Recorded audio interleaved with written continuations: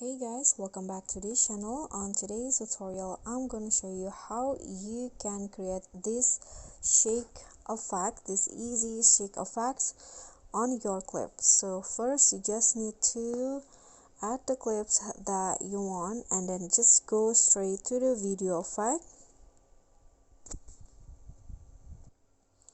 Then click on the nightclub category and select the rebound swing effect.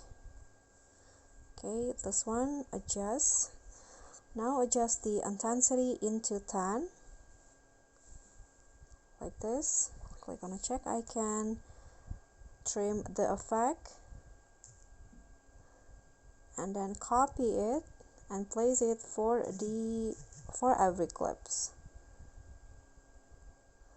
Okay, now click on the first clip, go to animation and add some fade out effect.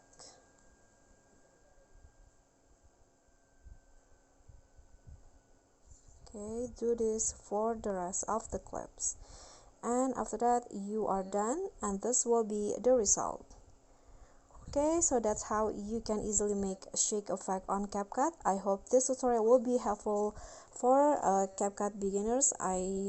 If you think this video is helpful, don't forget to like, comment, subscribe, and also click on the thanks button below. Bye.